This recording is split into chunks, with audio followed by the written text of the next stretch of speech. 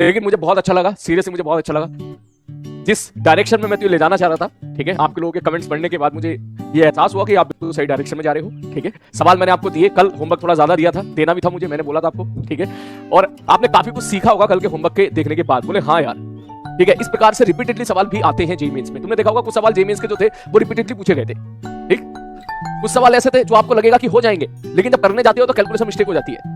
ठीक है ना, कुछ सवाल ऐसे होंगे जो तुझे लगेगा यार तो क्लास में कराया हुआ सवाल है यार, लेकिन जब करने जा रहे हैं तो पता नहीं कहीं ना कहीं गलती हो गई, या फिर लग रहा है कि यार मैथमेटिक्स थोड़ी सी भटक गए मैथमेटिक्स में। ये चीज आप लोगों ने कल बहुत फेस किया होगा, और बिलीव मी ये बहुत जरूरी है, बहुत ही जरूरी चीज है ये। क्योंकि मैं एक बात, तुझे ज्यादा टाइम नहीं लूंगा, लेकिन एक बहुत इंपॉर्टेंट बात है जो मैं तुझे बताना चाहता हूं, वो ये है, मुझे बहुत अच्छा लगा कल तुम लोगों ने सारे क्वेश्चंस ट्राई करे, उसके अंदर दिमाग लगाया, कमेंट्स में आप लोगों ने पूरे जो भी अपने अंदर की जितनी भी क्वायरीज थी, जो भी आप वहां पे फील कर रहे थे सवाल को करते वक्त, वो सारे सवाल को करते वक्त आप लोगों ने वहां पे कमेंट टाइप किया। मुझे बहुत अच्छा लगा कि आप क्वेश्चन को ट्राई कर रहे हो। बिलीव मी, ये बात मैं पहले भी बता चुका हूं, एक बार फिर से बता देता हूं, कहीं आपके दिमाग में ना रहे कि मेरा जो रोल है ना बेटा, वो मात्र 30% है। तेरे सिलेक्शन की प्रिपरेशन में टीचर का जो रोल होता है वो मात्र 30% होता है। ये तू अपने दिमाग में अच्छे तरीके से बैठा ले। मैं ऐसा नहीं कर सकता कि तुझे उठा के सिलेक्शन के अंदर ले जाके भेज दूं, यहां से तुझे उठाऊं सिलेक्शन में वहां पे डाल दूं। मेरा रोल मात्र 30% है। हाँ, ये बात सच है कि इस 30% ये तूने गड़बड़ कर दिया तो फिर भाई साहब कुछ भी अचीव नहीं होगा, ये बात सच है। ठीक, इसके बिना बाकी 70% अचीव कर पाना इंपॉसिबल है, ये बात सच है। लेकिन मेरा रोल 30% है। 30% वो रोल होता है टीचर का जो वो क्लास में आपको कंटेंट प्रोवाइड करता है। यहां से अगर तू भटका, यहां से अगर तू बिदका, यहां से अगर तूने गिव अप कर दिया तो बच्चा कुछ 70% चला गया, इस बात की गारंटी है। फिर तो कुछ नहीं कर सकता, फिर जाहिर सी बात है अगले साल टॉप लेगा। अभी तो 12th क्लास में। बाकी जो 40% है इसका, वो डिपेंड करता है कि तू कितना अपना होमवर्क ट्राई कर रहा है, तू कितने क्वेश्चन घर पे ट्राई कर रहा है, तू क्वेश्चन से कितना फाइट कर रहा है, तू पीवाईक्यू खुद से कितना लगा रहा है, खुद से। बात समझ में आ रही है? ये 40% जो तूने प्रिपरेशन, जो कल रात तूने रगड़ा है ना खुद को, ये बेसिकली तेरी वो 40% की प्रिपरेशन हो गई है, जो तेरे ऊपर डिपेंड करेगी। तू ज्यादा मेहनत करेगा, तू ज्यादा सवाल लगाएगा, तू ज्यादा होमवर्क ट्राई करेगा, ईच एंड एवरी होमवर्क जो मैं दूंगा उसको पूरी जान लगा देगा, तो ये तेरी हो गई है 40% की प्रिपरेशन। तूने देखा होगा भैया क्लास में तो टीचर सारे बच्चों को एक जैसा पढ़ाता है, सारे बच्चों को एक जैसा पढ़ाता है, लेकिन रिजल्ट फिर भी 10% 15% निकल के आता है। क्यों? इसके पीछे की वजह क्या वजह? क्या 10% 15% बच्चों को अलग बैठा के पढ़ाया जाता है क्या?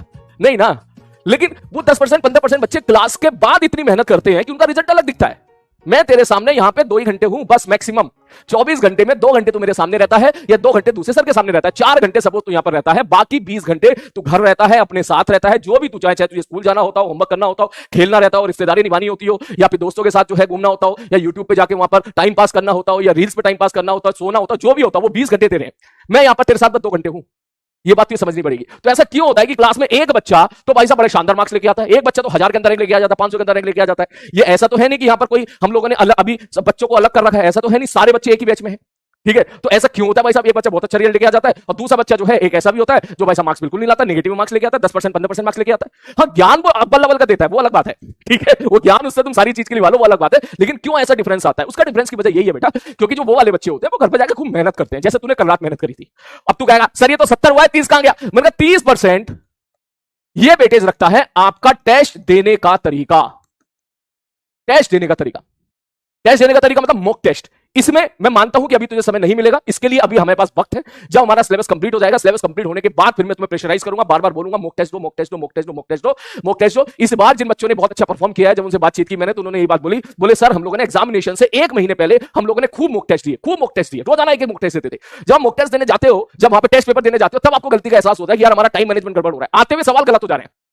समझ मारी बात? सिली मिस्टेक्स हो जा रही है, इस प्रोफाइल के सवाल में रिपीटेडली गलत कर दे रहा हूं। ठीक, मैं इसमें ज्यादा समय दे रहा हूं, दूसरे सब्जेक्ट के लिए समय कम मिल रहा है। जब ये गलतियां आपको धीरे धीरे एग्जामिनेशन वाली जो गलतियां पहले पता चलती हैं, तो जब रोजाना आप टेस्ट देते जाते हो तो गलती आपकी रेक्टिफाई होती चली जाती है।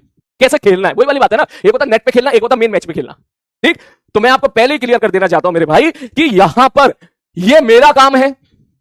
ठीक है, ये मेरा काम है, 30% वाला जो पार्ट है ये मेरा काम है। तुझे बढ़िया तरीके से पढ़ाऊंगा, बढ़िया तरीके से सारी कंसेप्ट क्लियर करूंगा, कोई भी पार्ट नहीं छोड़ूंगा। जो जेईई के रिलेवेंट है वही पढ़ाऊंगा, आलतू फालतू की जो चीजें हैं क्लास में वो नहीं कराऊंगा, जहां से सवाल आते हैं वही मैं तुझे कराऊंगा। और यहां से इस बात की मेरी गारंटी है, मैं पहले भी बोला था, इस साल भी बोला था कि तूने इतना कर लिया जितना मैं क्लास में कंटेंट देता हूं, तो तुझे जेईई मेंस में 25 में से 22 23 24 सवाल तुझे क्लास नोट्स जो हमारा कंसेप्ट है उससे देखने के लिए मिल जाएंगे, और जेईई एडवांस में 60% की अप्रॉक्सीमेट कंटेंट तुझे यहीं से देखने के लिए मिल जाएगा। यहीं से 100% नहीं बोल रहा हूं क्योंकि वो कभी होता नहीं है, 60% बोल रहा हूं। 60 में तूने 50 कर लिया, 45 कर लिया, तेरा जेईई एडवांस में बढ़िया सिलेक्शन हो जाएगा। लेकिन क्लास कंटेंट का मतलब ये नहीं है कि मैंने यहां पे जो क्लास में कराया केवल वो ना, क्लास कंटेंट का मतलब है मैंने यहाँ पे जो पढ़ाया वो भी, मैंने कोई एडवांस सेशन लिए वो भी, मैंने यहाँ पर आपको कुछ होमवर्क दिया है वो भी, मैं अगर कोई भी रात में कोई एक वीडियो बना के भेज रहा हूं, मैंने कहा ये डिस्कशन वीडियो इस चीज की है वो भी, वो सारी चीजें मेरी तरफ से तेरी तरफ भेजी गई हैं, वो सारी चीजें अगर तूने बढ़िया तरीके से कर ली तो भैया तू समझ जा कि इसके बाहर तो कुछ नहीं देखने को मिलेगा, जे में तो कुछ नहीं देखने को मिलेगा, और जे एडवांस में 60% हो सकता है 70% भी आ जाए, कभी कभी जे एडवांस का पेपर सिंपल भी आ जाता है, वहां से देखने के लिए मिलेगा। और बच्चों ने करके दिखाया मेरे भाई, बात समझ मारिए। मुझे अभी जब मैं पटना गया था तो एक बच्चा मिला, उसके 220 मार्क्स आ रहे हैं, 220। मैंने उससे एक पहला प्रश्न पूछा, मैंने कहा भाई तू बता तेरे फिजिक्स में कितने आए? उसने बोला 80 मार्क्स आए। मैंने कहा क्लास नोट्स में से कितने आए? उसने बोला सर 100% क्लास नोट से निकल के आया।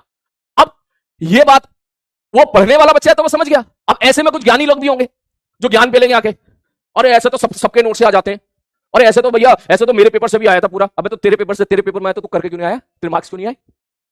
तेरे क्यों नहीं आए 80 मार्क्स? है तू के 40 30 40 50 मार्क्स पे खेल रहा है, तेरे क्यों नहीं आए 80? तेरे क्यों नहीं आए 220? डिफरेंस है यहां का, यहां का।